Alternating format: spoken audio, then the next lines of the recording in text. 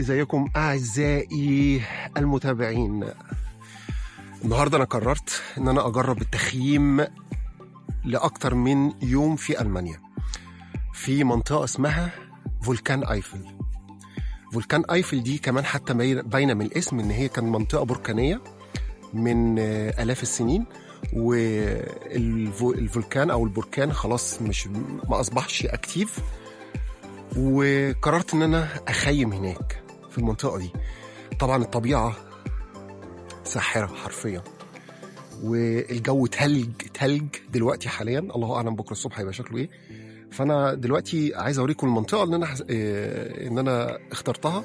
هنا المفروض دلوقتي احط الخيمه بتاعتي في اي مكان انا حابه، زي ما حضراتكم شايفين دلوقتي ممكن احط الخيمه في اي مكان، ولكن انا اعشق النار، ان انا بالليل عايز اولع نار واتكلم معاكم.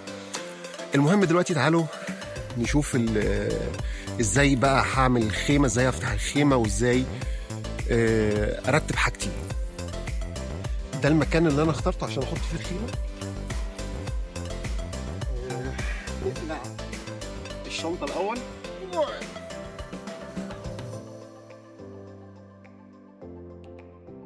هو تركيب الخيمه ما فيهوش مشاكل، يعني ان انا افتح الخيمه دي بتتفتح على طول لوحدها، دي ميزه الخيمه دي.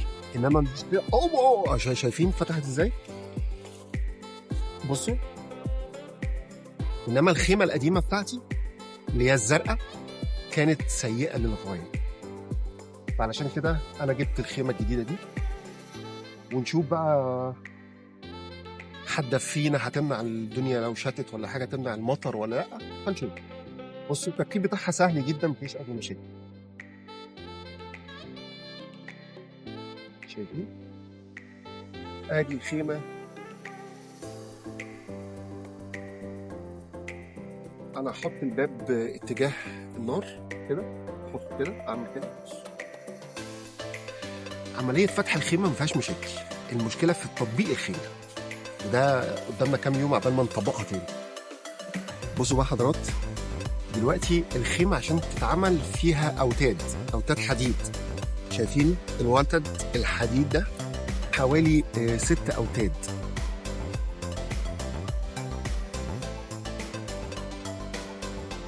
نبتدي نفتح المرتبة دي. المرتبة دي هي مرتبة هوا، فأنا اشتريت جهاز بينفخ هوا. بصوا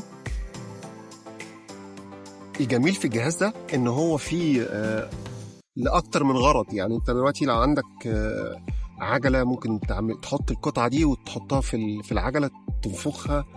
عندك عوامة تحط دي في العوامة. انما دي القطعة الكبيرة دي هي دي المخصصة للمرتبة الهواء. الأول نركبها صح بقى. اهي اتركبت زي ما حضراتكم شايفين. نحطها هنا ونشغل الجهاز.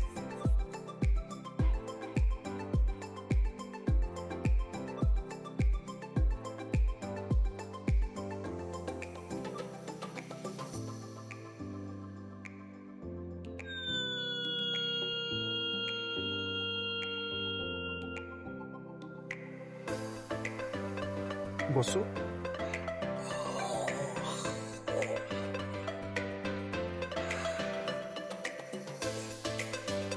مرتبة رائعة، عملية جدا.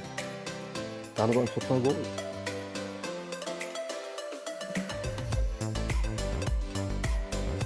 وطبعا معانا كشاف شغال بالبطارية، نعلقه في الخيمة في مكان نتعلق فيه. حاجة رائعة بصراحة. الصوت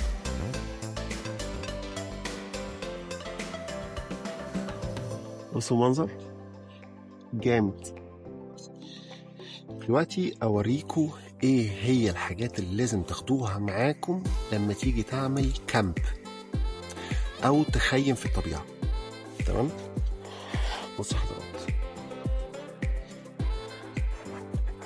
رقم 1 حذاء خاص للأدغال او للطبيعة، بيكون بالمنظر ده.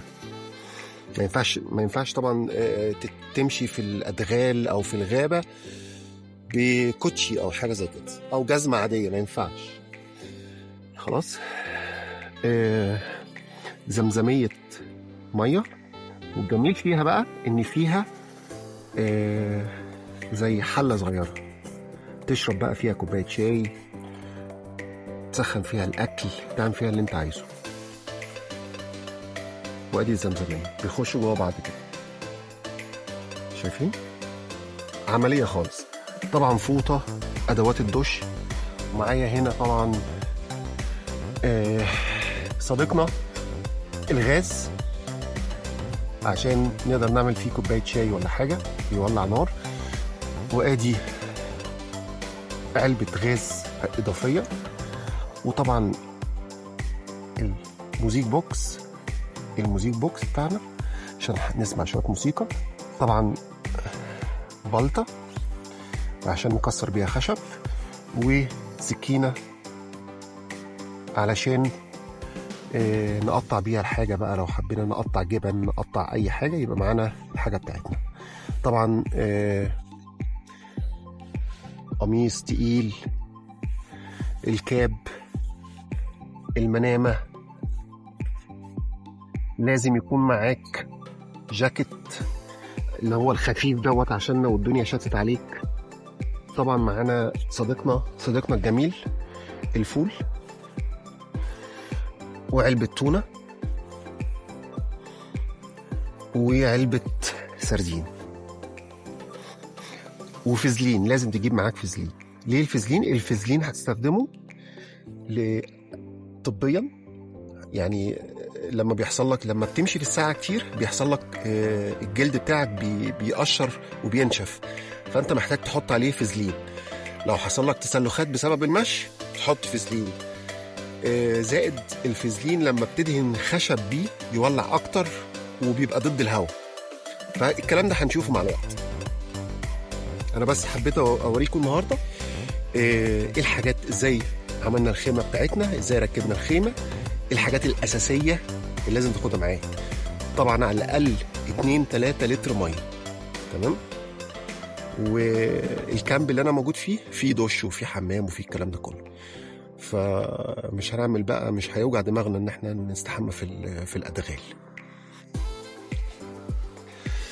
حضرات، في حاجه مهمه جدا جدا اياك تنساها: كيس اسعافات اوليه، علبه اسعافات اوليه، باكت اسعافات اوليه. ده بيعمل حوالي 5 يورو، بتشتريه من كل مكان، من دي ام، من الدي، اظن في دولنا في كيس بيبقى فيه جواه شاش وبلاستر، وفي حاجات طبيه كتير علشان لا قدر الله لو اتجرحت او حصل لك اي حاجه يبقى معاك الحاجه اللي تنجدك، اللي لو لا قدر الله اتقطعت وريد ولا حصل وقعت اتكسرت الكلام ده كله، يبقى معاك حاجات تنجدك في الغابه، لانك هتكون لوحدك عبال ما النجدة تيجي. ولازم تحفظ الارقام دي 110 و112، لازم تحفظ الارقام دي، هكتبها لكم على الشاشه علشان انت هتبقى في الغابه لوحدك.